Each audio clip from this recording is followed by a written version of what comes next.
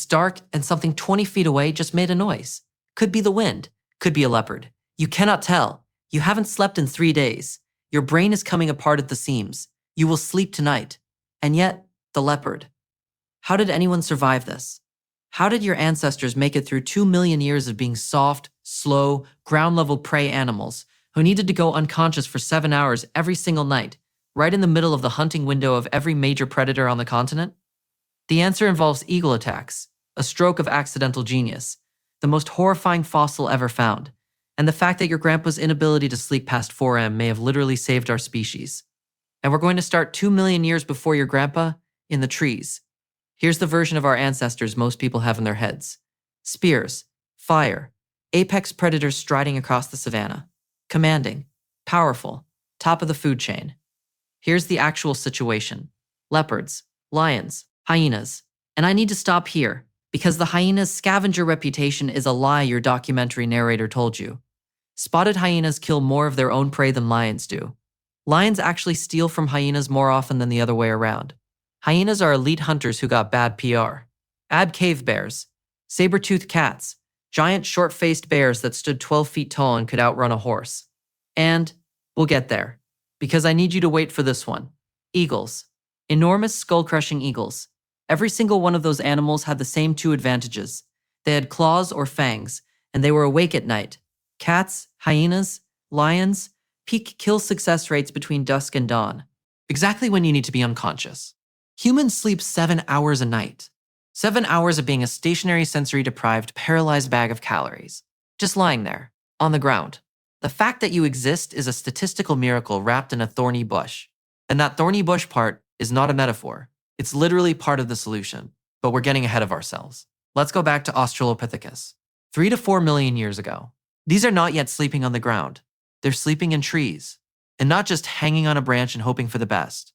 Actual constructed nests. Chimpanzees, our closest living relatives, build a brand new nest from scratch every single night. Fresh leaves, fresh branches, brand new location. They never reuse a sleeping platform. One night, gone. The disposable hotel room of the animal kingdom. This is genius. Ground predators can't get you. If something heavy tries to climb up, the branch bounces and wakes you. The tree itself is an early warning system. You built your alarm into your bed. So why did we leave? Body mass. We got bigger. And at a certain size, the physics just work against you. You need the right species of tree, with the right diameter branches, at the right height. And as genus Homo emerged and bodies got larger and heavier, the available trees simply stopped being viable. We were too heavy for our own survival strategy. Homo erectus came down to the ground, around 2 million years ago. And that's where the real trouble starts. I want to tell you about the most famous fossil in the history of human origins research. It's a child's skull, found in South Africa in 1924. Australopithecus africanus. Named the Taum child, this fossil single-handedly launched decades of argument about where human evolution happened, what our ancestors looked like, what it meant to be human. It is the founding document of our entire origin story. It was murdered by a bird. In 1995, researchers Lee Berger and Ron Clark were looking at the Taum child's skull under fresh eyes and they noticed something. Talon puncture marks on the eye sockets. The exact place a large eagle grips a skull to carry it. The exact pattern you see on modern monkeys killed by crowned eagles today. Same marks, same position, 2.5 million years later. The most famous early human fossil, carried off by a bird. And that's not even the only one. SK54, a Paranthropus robustus skull from roughly the same era, has puncture wounds in the top of the cranium. The spacing matches a leopard's lower canines exactly. Something waited in the dark, and something pounced. These are not estimates or guesses. These are the actual marks of predation, preserved in bone for 2 million years. Talon holes and fang holes, permanent records of the exact ways our ancestors died. Eagles from above, leopards from below. You must sleep. You cannot sleep. And yet somehow, we're here. So what did we actually do? Solution 1. The medieval siege fortification nap. The Hadza people of Tanzania are one of the last remaining hunter-gatherer populations on Earth. And studying how they sleep gives us a window into what ancient human sleep probably looked like.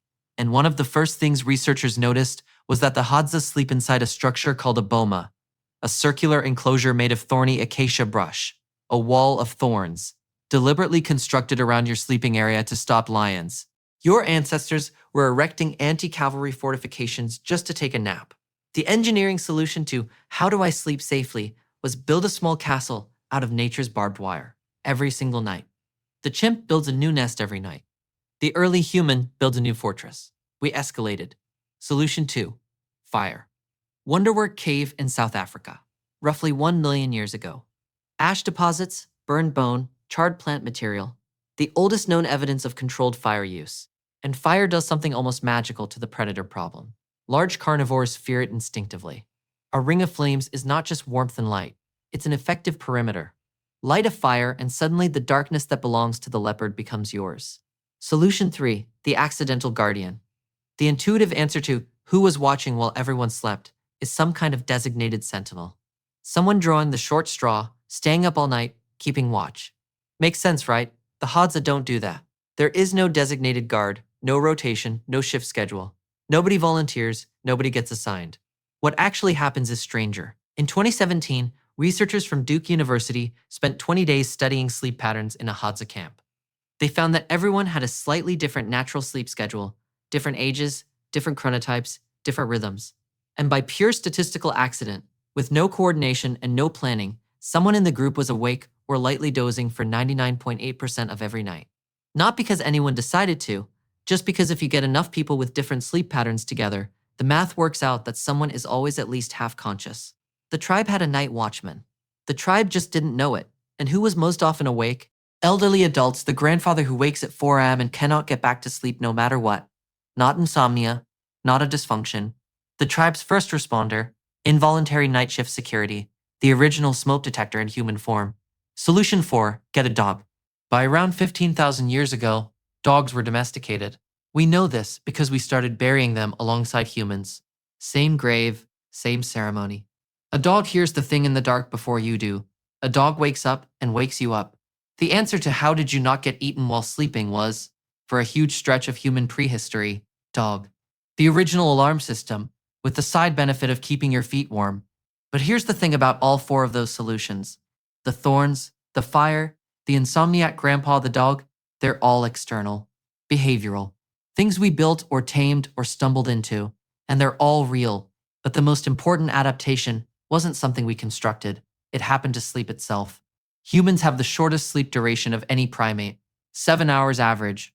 Chimpanzees sleep 12 to 15 hours. Even modern hunter-gatherers living without electricity, no artificial lighting, no phones, they average 6.4 hours. We sleep dramatically less than any of our close relatives. But it's not just that we sleep less, we sleep better. Humans have a disproportionately high percentage of REM sleep compared to other primates. The deep, restorative, memory-consolidating, cognitively essential phase. We didn't just shorten sleep, we compressed it.